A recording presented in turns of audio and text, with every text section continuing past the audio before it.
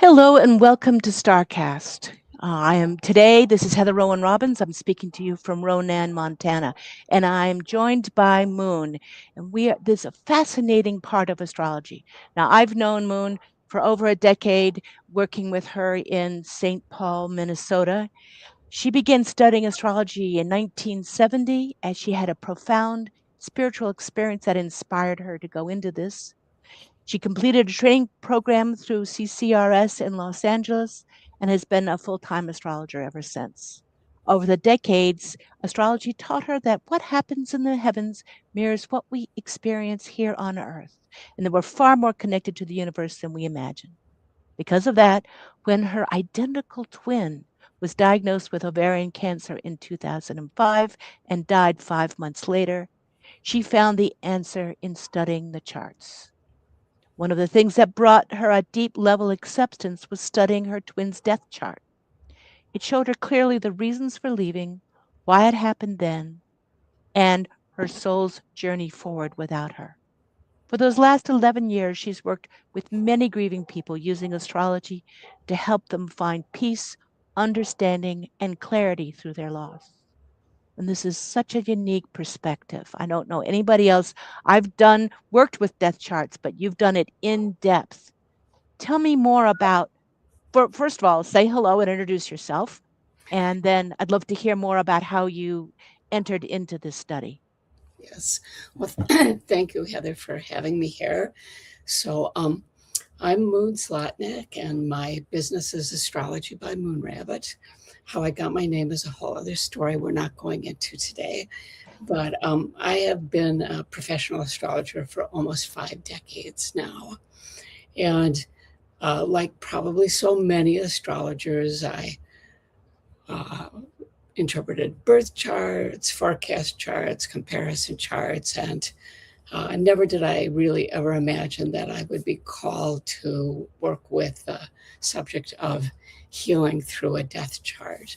But because, as Heather said, I lost my twin, and there was so much more depth that helped me find understanding and healing than even the grief therapist or other ways of healing, I decided I had to really undergo an intense study of this and bring it forward into the astrological community.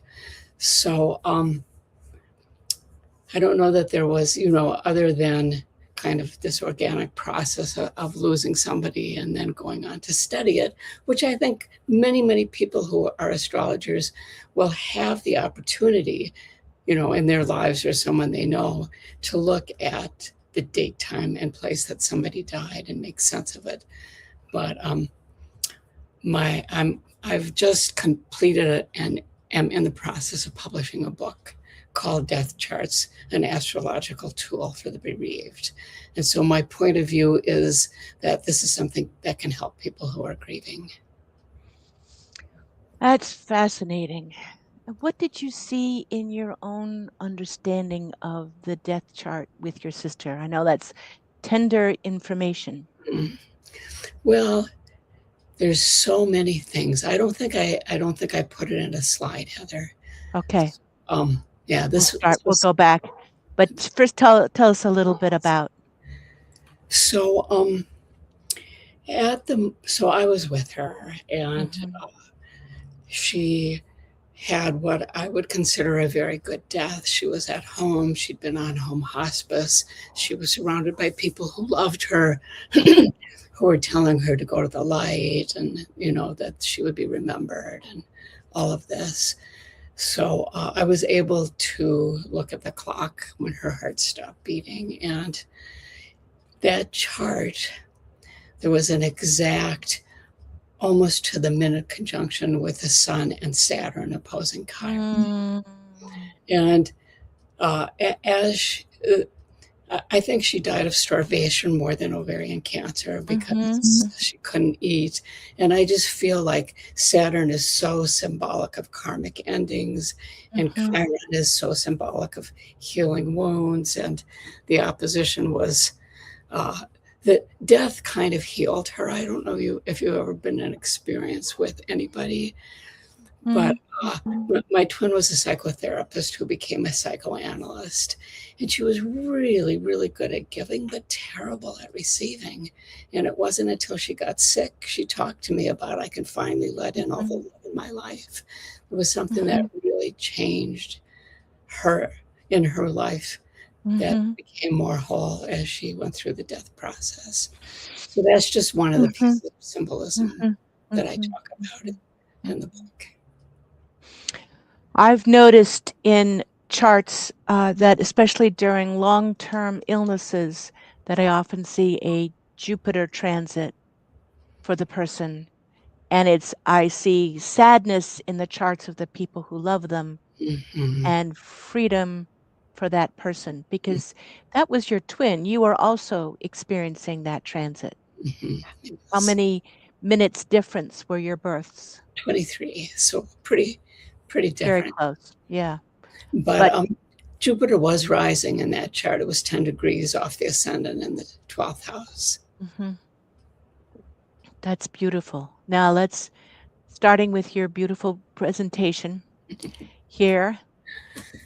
So the Would you like to? first thing that I Mhm, wanted to do was um, primarily in my work with clients, I look for the path to healing, which is in putting the death chart as a transit mhm, chart mhm, around the natal chart of the client.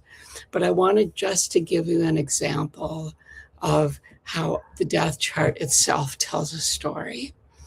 And so I picked this because it was somebody that I had a lot of information about in terms of the actual death itself. mhm, So it was mhm, somebody who was a student of mine for about 8 years, and we stayed very involved through her illness. I was not present at her death.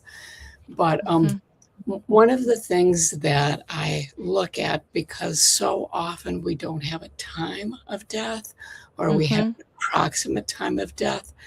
So I do look at the ascendant, as the last breath, and mhm, uh, the sun is the person's vitality. But I look very much at the patterns, like this has a very big T square. And often the pattern, which isn't dependent on having a time of birth, will kind of tell the story of what's happening. mhm, So mhm. when we look at this death chart, we see that Pluto in the seventh house in early Aquarius is the focal planet of a T square with the nodes, and then up in the 10th, the sun and Mhm, Jupiter. mhm, mhm. And Vesta's up there as well. So it's a pretty, I would consider it a very loaded T square. Yeah. We know that the nodes bring with them a kind of karmic flavor. And as you said, there's Jupiter, Heather, on the sun. So we have the symbolism of, I think, somebody who's kind of ready to Yeah. go, A and, freedom. Mhm. they're heading towards their north node. So they're going in a very spiritual way. That's beautiful. And So, so for the audience, this is an event chart. yes. And if we wanted to compare the chart of this to the natal chart, we would see the transits of the death chart. But this is the moment itself, the event chart. And you can tell so much by an event chart. And this is the event of their transition. And Okay. I see that the person was 84, which is Yes. such a year of, am I in or am I out? My Yes. That, father died at 84, that a big pope died Uranus at return. 84. Yeah. Yeah, and it's often a fairly, you know, um, to the point death. It's not drawn out. It doesn't mean it's overnight necessarily, but he died after 2 months of hospice, not 3 years of hospice. Mhm. It's kind of succinct, but people that make it past that, there are many. That doesn't mean everybody dies then. That just means there's sort of a check-in point, and a lot depends upon the Uranus in the natal chart. And is it, where it's kind of, are we checking in for another round, or is this, I think of it more like an easy exit year. Yes. So tell me more what you see here. So, my client died of brain Mhm, cancer, mhm, and I did look up that Aries rules the brain, and we see Chiron in Aries at the very top of the chart. And it's in a square to that Mars on the ascendant that's rising. And so Mars is squaring Chiron, and there's a kind of, I think of it as an echo of the illness and the death chart.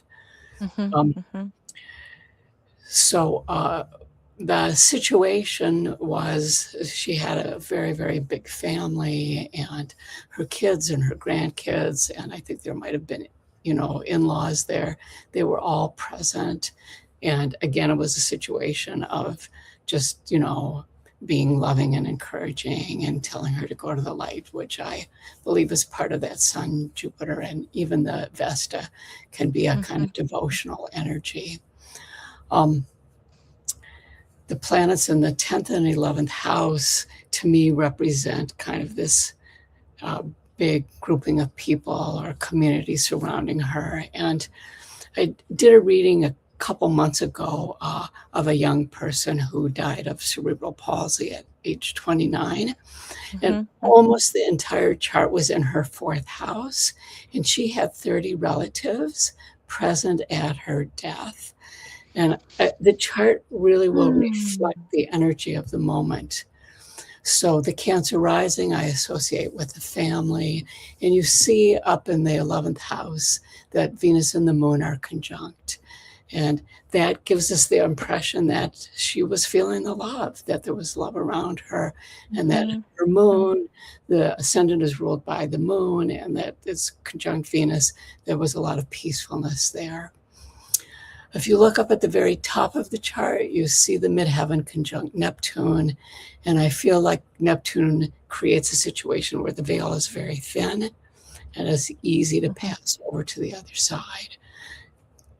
And so I was in touch with the family members who described the death as very spiritual and very easy, which, having Mars on the ascendant, you might think, oh, no, that's hard, but it really wasn't. And I think because the ruler of the ascendant was conjunct Venus, that added to the peacefulness of it. Beautiful.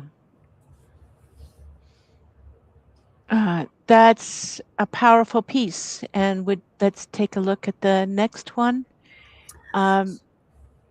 What would you like to say here, or should we go on to the next chart? No. So what I'm choosing to do today is to share some case studies or some examples Very from helpful. my practice.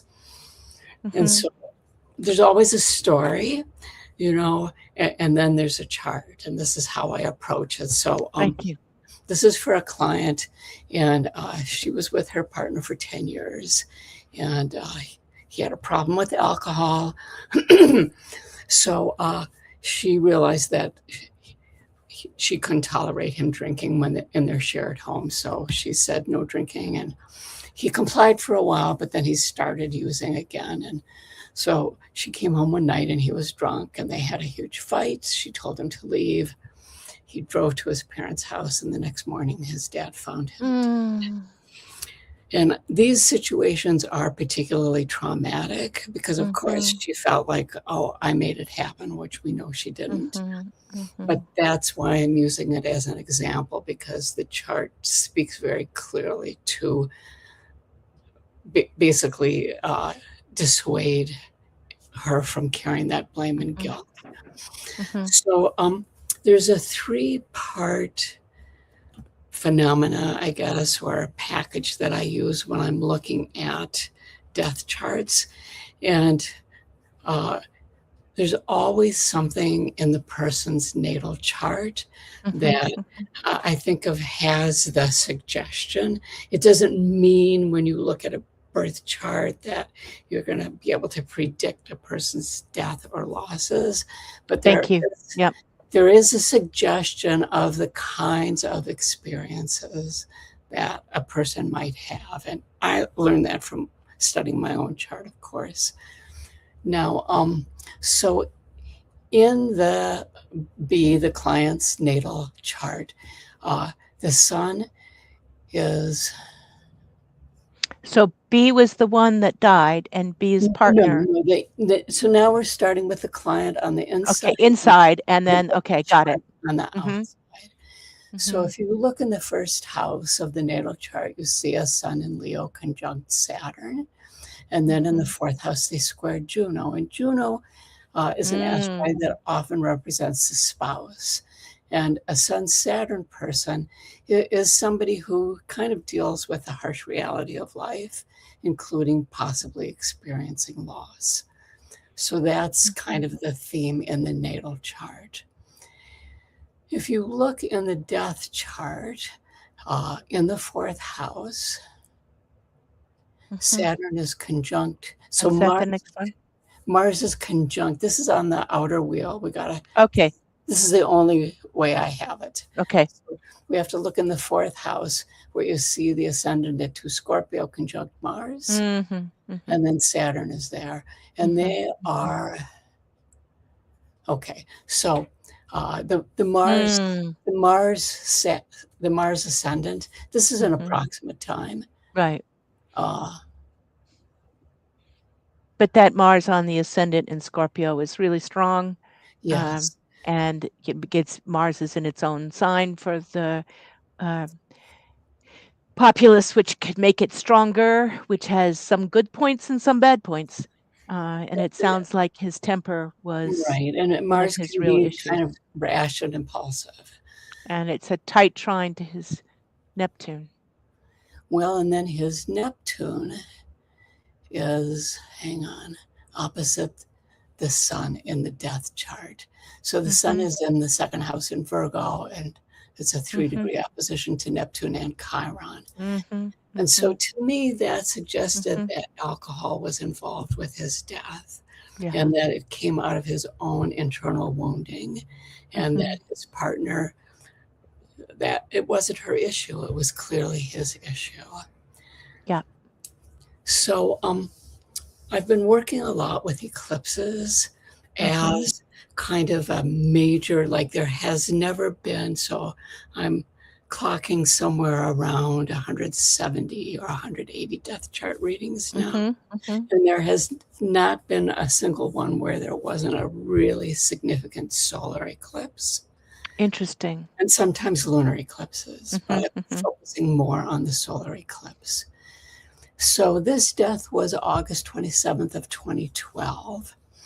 And the eclipse that was the most prominent, or the one that I researched the most, happened in December. And I want to say a word about solar eclipses, because even though they have a date that they happen, they can be active 6 months to a year before and 6 months to a year after the actual eclipse. It's like energy on that point that radiates out. That's how I. Yes, somebody once said to me that, like, the eclipse point, like the 21 Scorpio, it's like an electrical transmitter.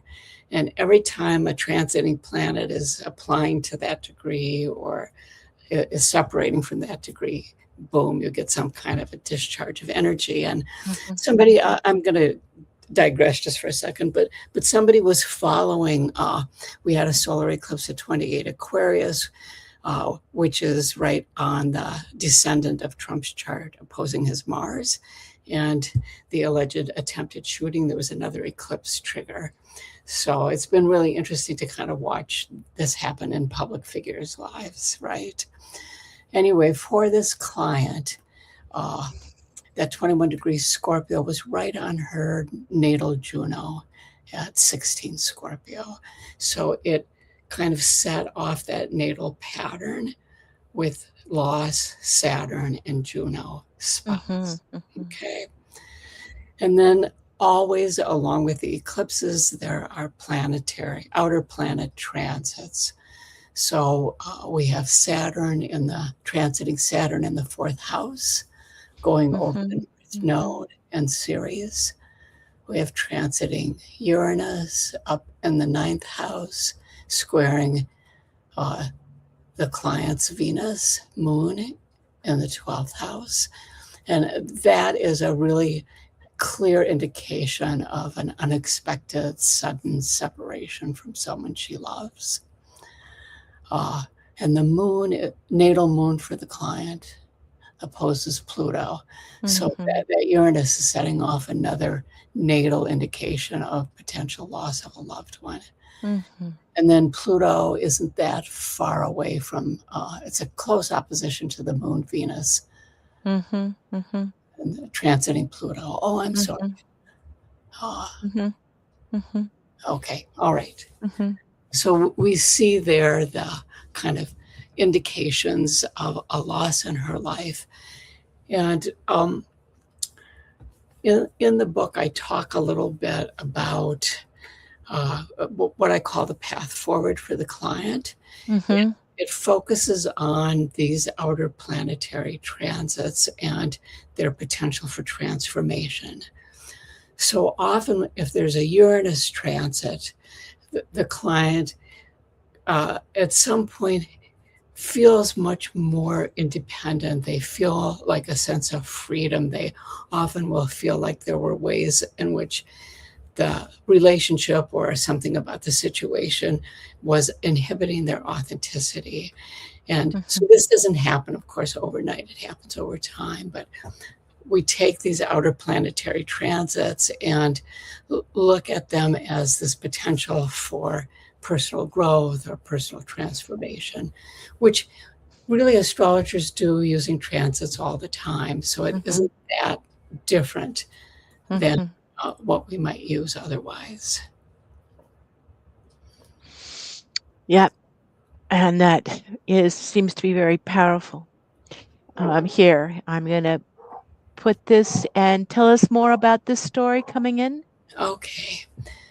So I'll be right there. And okay. you go ahead. Yes. Okay. So this is pretty tragic. A lot of these are very tragic. So this was a woman who came to see me. She was pretty young. I think she wasn't 30 yet, and her dad died when she was 16, and then her mom died 2 years later. And we'll see when we look at her chart that premature adulthood, I believe, is related to the planet Saturn.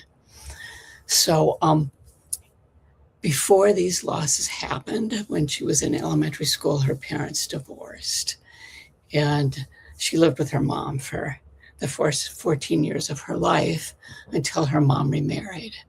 And at that point, she really decided she would prefer to live with her dad, who she'd been seeing, but he was still single, and they developed this very, very close relationship. The big bond that they shared was they loved food and they loved cooking. And so they would shop and do meal planning and make dinner together. And she said, as she, did this kind of side by side dinner every night with her father, that she just felt so connected to him and spiritually connected. And when she came in for the reading, she really felt like her dad was her primary person. So they only had 2 years together, and her dad went outside to mow the lawn, and he sat down on a lawn chair. And when he didn't come in after a while, she found him out there. So the coroner estimated the cause of death as heart failure, and the time of death at 6 p.m. So now we have to wait to go on to the next slide for Heather to get back. So I'll just say a few words about this work. It's very, very important when you're doing work with people who are grieving to understand and do as much personal healing around your own losses as possible. Okay. I'm just talking to fill the time. So minor plumbing issues here. Sorry about that. So and we are going back on to this this chart. Okay. So this young person and her dad. So you'll see that the inner wheel, that is a very, very difficult chart. So she's born with a Sun Chiron conjunction, and that is opposite Saturn and square the moon. So Right. This is an out of sign. The moon makes a T-square So to that's her natal chart and his death chart death on the chart. outside? Yes. Okay. Yes. So her natal chart has uh, a Ceres moon opposition. Ceres seems to have a lot to do with custodial issues and situations of And divorce. custody battles. Right. And so you missed the story, but she lived with her mom till she was 14, and then she moved in with her dad. And but they divorced when she was really young, and you could kind of see that early family disruption in that moon out of sign square to Saturn, out of sign square to Chiron. And that talks about kind of the disruption in the family. Okay. So if you look at the death chart as a standalone chart, so that's the outer wheel, in the death chart, the moon down in the third house is conjunct Neptune and opposing Venus and Saturn. Okay. And so I have to back up a little bit. So there are certain things that have appeared over and over when I do death charts. And very simplistically, the sun is often the physical situation, the illness, the body situation. The moon Interesting. is more the emotional situation. So kind of more the feelings that are happening. Venus will represent the loved ones. Mercury will represent the communication that's happening or not happening around the death. So in this particular death chart, when you have Venus, the loved ones, next to Saturn, opposing this moon Neptune, there's this feeling that he was kind of, I talk about it, I use this case example in the book, that he was kind of feeling brokenhearted that his marriage didn't work out. He died 2 years after the divorce. No, that's wrong. No, that's wrong. No, right. His wife remarried 2 years earlier, so I think he was still feeling brokenhearted. Brokenhearted. Yeah. So, so that I think of as kind of where the story is that, he died alone with the Venus-Saturn conjunction. And I feel like he was just so overwhelmed with the moon Neptune that he just passed very quickly. And that moon Neptune suggests like he was well received, that there was kind of spiritual accompaniment on the other side. Yes, I totally agree with that. And I noticed that tight trine from Pluto to his moon, Yes, the death moon, yes, right, which also makes it easy to kind of let go. Yeah. So he died in July of 2007, and the active eclipse happened in September. And that eclipse happened at 18 Virgo, which if you look in the outer wheel. And that's 2007? Yep, 2007. Yeah. It squares the midheaven and the nadir. I remember that on my ascendant. Yep. And then if you look down at the transiting Uranus, Uranus was at 18 Pisces. So that was a particularly kind of Uranian eclipse. So we get that, the echoes of things that happen unexpectedly. And often Uranus will have a role with cardiovascular disease. And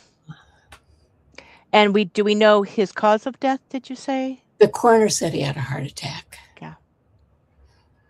Okay. And that Venus-Saturn conjunction in Leo.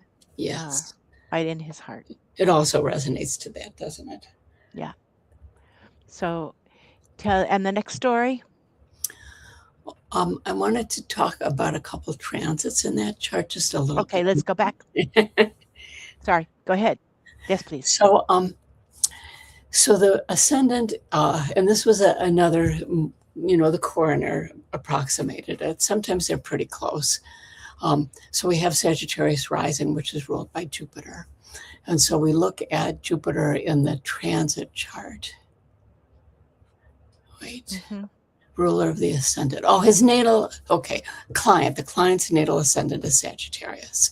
Actually, Mm-hmm. the ascendant of the death chart is also 1 degree Mm-hmm. Mm-hmm. Sagittarius.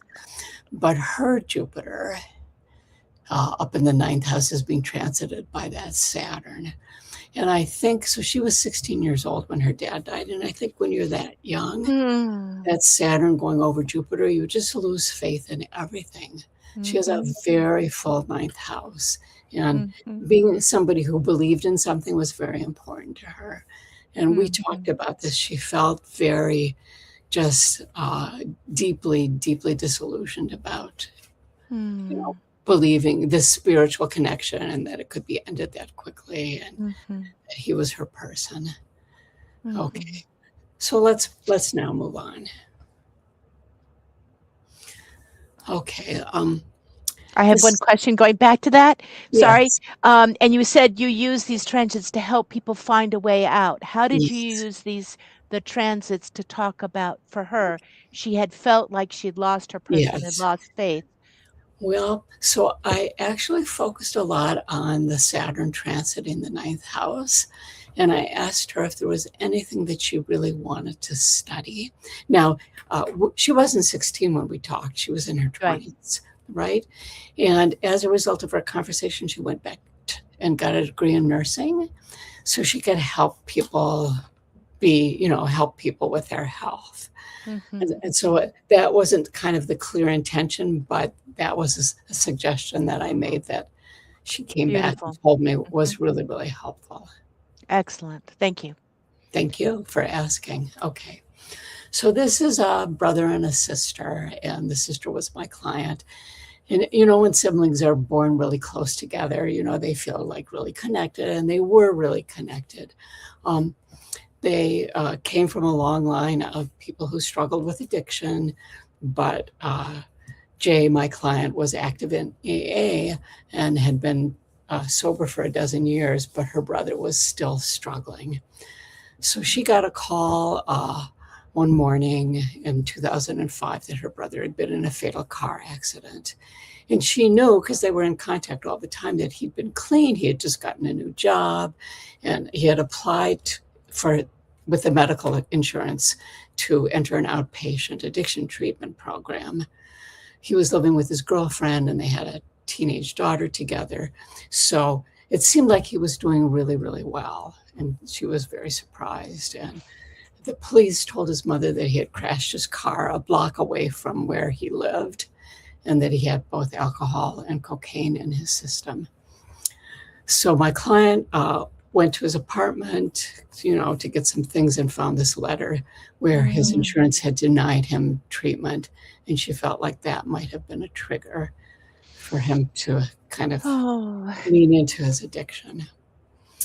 So and when we, so the center, your client is the sister or the brother or the mother? it's a brother and sister, and my client is a sister. Okay. Okay. And so the outside transits are her The brother's death. death. Yes, Okay. you got it. So in my client's natal chart, you'll see that the Sun and Saturn are conjunct in the third house, and they square Neptune, which I think is kind of one of those indications of the family issues Mhm, with mhm. addiction. But what I focus on is if you look in the third house of brothers and sisters, there is Chiron sitting there conjunct Jupiter, which opposes Pluto in Mhm, the ninth mhm, house. So mhm. there is the natal kind of resonance to woundedness around a sibling and some kind of unexpected loss or death. Third house has to do with neighborhood, early education, and siblings, and Right. arms and communication, right? Okay. In the death chart, And this again, we see this go is the ahead. second chart we've seen strong. Your last client with the Leo had it was at Sun Saturn. The Yes, people who take responsibility, and so they feel like they are responsible for everybody around them, even when it's not not their their responsibility. responsibility. Yeah. And that can really echo off a client with a family member who has an addiction issues. And it can be a tough kind of holding your boundaries. What am I responsible for, and what aren't you? But go ahead on this. Okay. So in the death chart, if you look up in the ninth house, you see the sun and then opposing Uranus in the third Mm-hmm. house. So, Mm-hmm. third house has to do with short journeys. The sun has to do with the person's vitality and consciousness. But it was kind of like it was a surprise to him, too. Mm-hmm. And the moon, where is the moon? This is transiting moon is also is also square Uranus from the third house. So I think there's a real kind of indication in the death chart of this being an accident and being a surprise. And yeah, it's Uranus in her third house, right on her Chiron, right opposed to Uranus, right yes, opposed the sun of the day. Yeah, that was so this an was, accident. That was a surprise, and an this was impulsive move. another case where the natal resonance of having some kind of wounding in a sibling relationship was activated by a transit. Mm-hmm. And the And eclipse, that Mercury in Leo was directly opposed Neptune at the time of death, yes, right on her Saturn. And that yes. Mercury Neptune, if you are prone to relapses, it's usually a time to curl up with a good book. Well, and I think of You it need time as out of gritty reality for a minute. distorted thinking or unclear thinking or Yep. deceptive thinking. So, yes, that was there too. So, this eclipse, so the death was in August, and the eclipse the following October was at 10 degrees Libra, squaring the client's moon up there in the eighth house. So, that eclipses that activate the eighth house also, they don't always speak to loss, but they can sometimes speak to loss.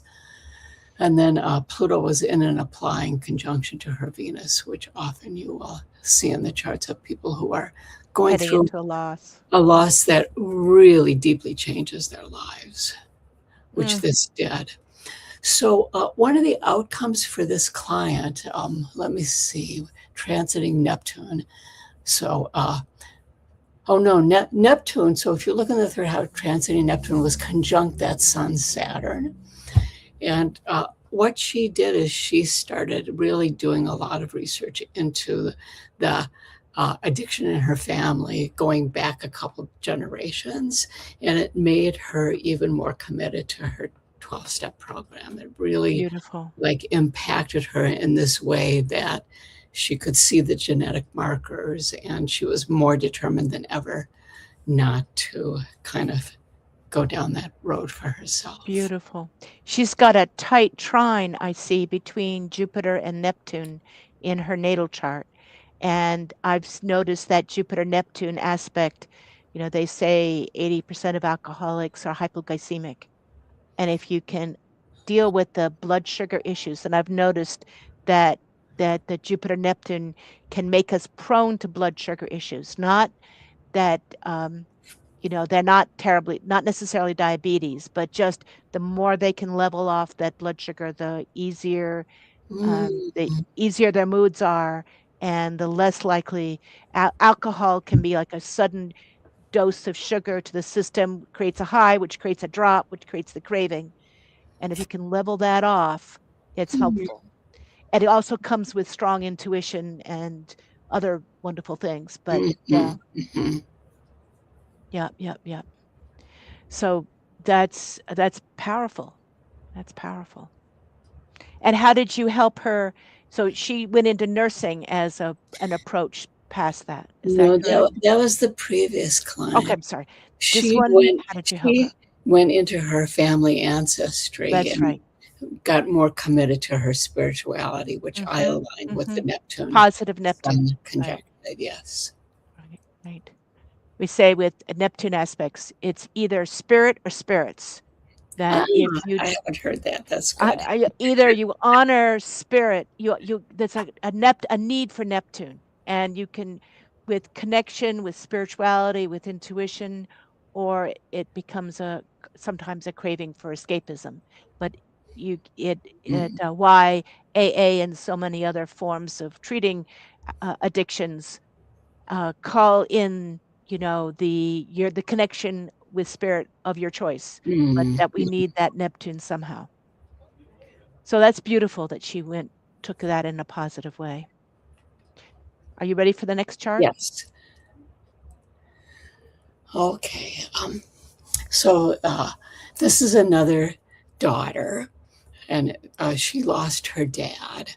And she and her mom, I think it was in the hospital, but they were there with him. Mm-hmm. And he stopped breathing suddenly. I can't remember what the illness was. And the client is B, and her mom, who was a nurse, said he's gone. And she had this experience that she felt. She was holding her dad's hand, and she felt all this energy passing from her father's hand into her own. And she was sure that he was sending her a message. She didn't really understand what the message was until 10 days later. She had 3 kids, so she was home alone. That matters. I think when you have 3, they were young kids. And when her mom walked in, she heard a ringing in her ears. And she said it was like a million spirits speaking to her all at once. And it gave her this feeling that her dad was apologizing to her for not being emotionally present. And she said that that began her spiritual awakening. So here's a death that within the death itself begins a spiritual awakening for the client. So she stopped drinking, and she went on to really, really improve her life. So in her natal chart, you look at Venus in the first house, and I say Venus is everybody in our lives that we love. And you see it's in an opposition to Pluto, Saturn, Pluto. And so she Fear of has, loss is a lifelong issue.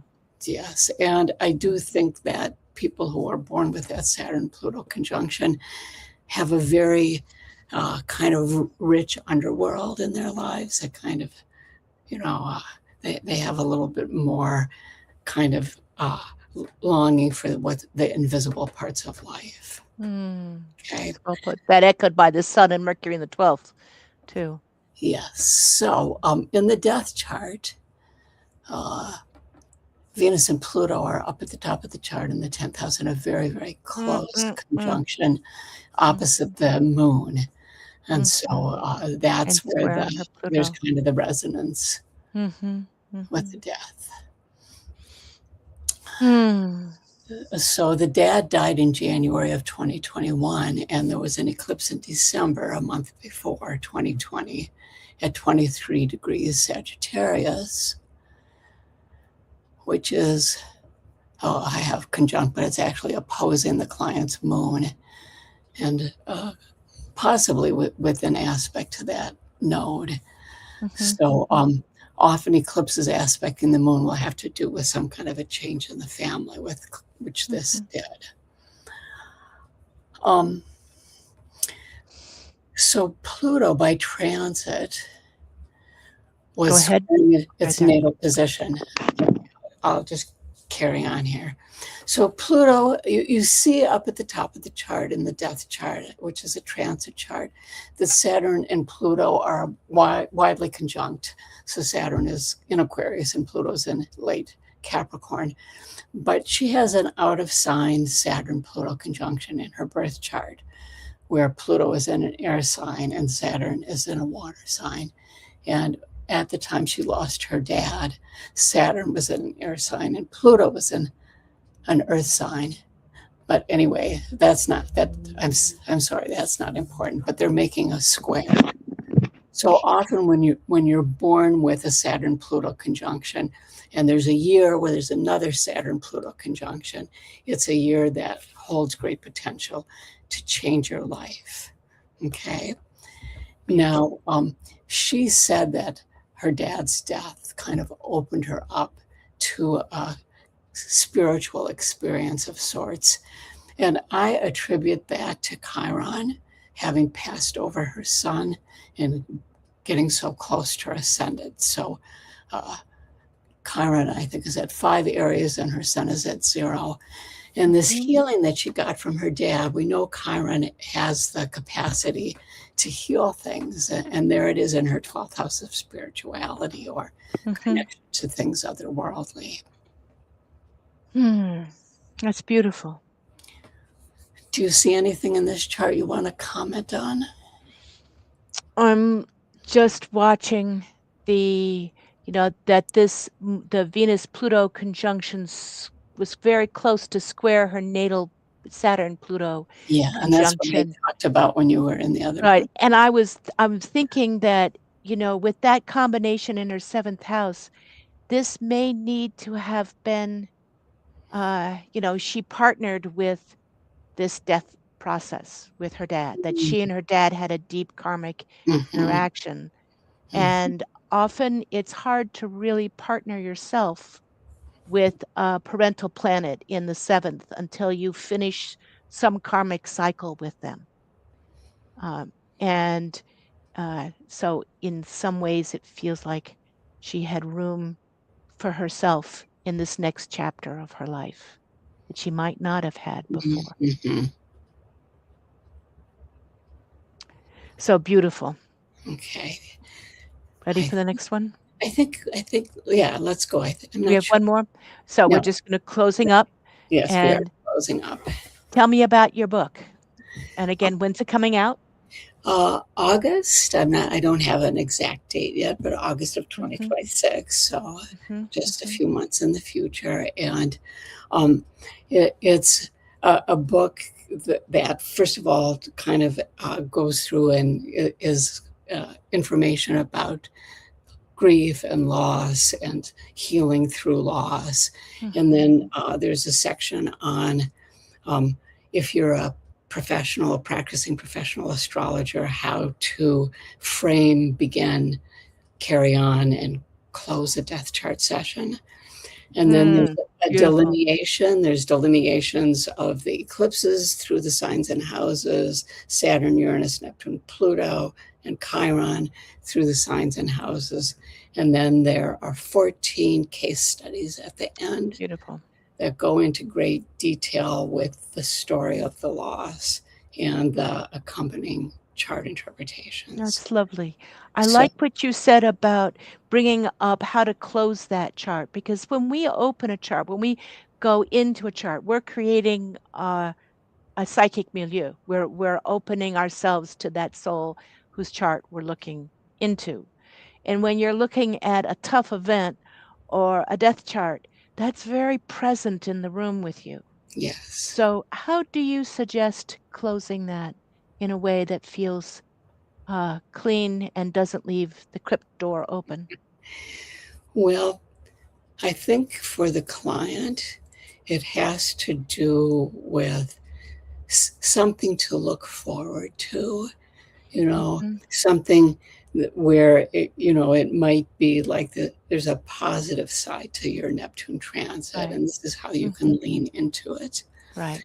But I also write about for the astrologer how important it is to have, after the session is over, to have a clearing ritual for yourself. Yeah. So for me, a lot of times I just wash my hands. It's like that Mhm. simple. It used to be a Mhm. lot more involved. Mhm. But I think Mhm. everybody who does this kind of work, you can't absorb other people's grief or you won't be able to do it. Right.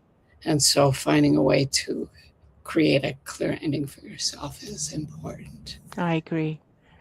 I imagine I imagine handing them over to spirit Spirit guide. their spiritual support and then go wash my hands. But Yeah. yes, Yeah. that we need that break. It doubling pain in the world does not help. No. You're here to reduce the total suffering and increase the total joy. So thank you so much, Moon, for showing up and for handling things while the Rotor Man came and left. And that for everybody else, I'm going to do another piece later on today about a 15-minute piece on the astrology of the month ahead. I've just been honored to have this time Thank you so with Moon much. Rabbit and really enjoyed it. Yes, it's always deeply heartfelt for me to talk about this line of my work. And I Yeah. want to say one other thing, that the book I hope creates a beginning to open up astrologers to think about how we can use astrology to bring healing to people who are grieving. I agree. That's beautiful. May it be so, May it be because so. people don't reach out to us often when they are in a painful place. And one of the things you showed in so many of the charts that you brought up is it does not further to take on responsibility for other people and their grief, or guilt can be a way that we stay attached. I Yes. noticed when my father died, I went over everything, and guilt was still attachment, it was still connection. Yeah. And to kind of letting that go and holding on to the memories and the joy and the experience and the understanding as a better legacy than the guilt. But that's Amen. all those layers. Amen. I Yeah, couldn't agree more. wonderful. All right. Thank you so So much. take care. You too.